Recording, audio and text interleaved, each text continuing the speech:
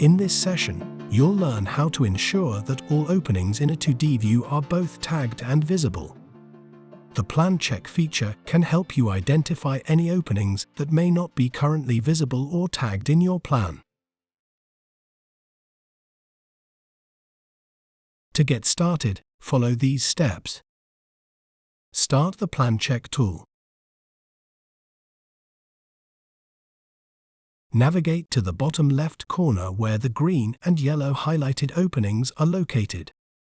Select the openings that need to be visible in your current view. Green highlighted openings should be visible in the current 2D view, while yellow highlighted openings should not be visible in the current 2D view. Select the levels that represent the bottom and top surfaces of the slabs. If the desired levels are not available, you can use a different level and include an offset as an alternative. Enable or disable the checkboxes according to whether you want to perform a visibility check, tag check, or both. Click Run Check to initiate the process.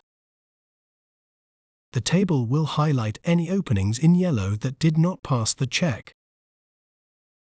If an opening is not visible or should not be visible in the current view, the most common solution is to adjust the base and top level based on the levels chosen in the drop-down menu next to the offset. You can modify the levels of an opening by selecting a new level from the drop-down menu or by using the Level Elevation feature.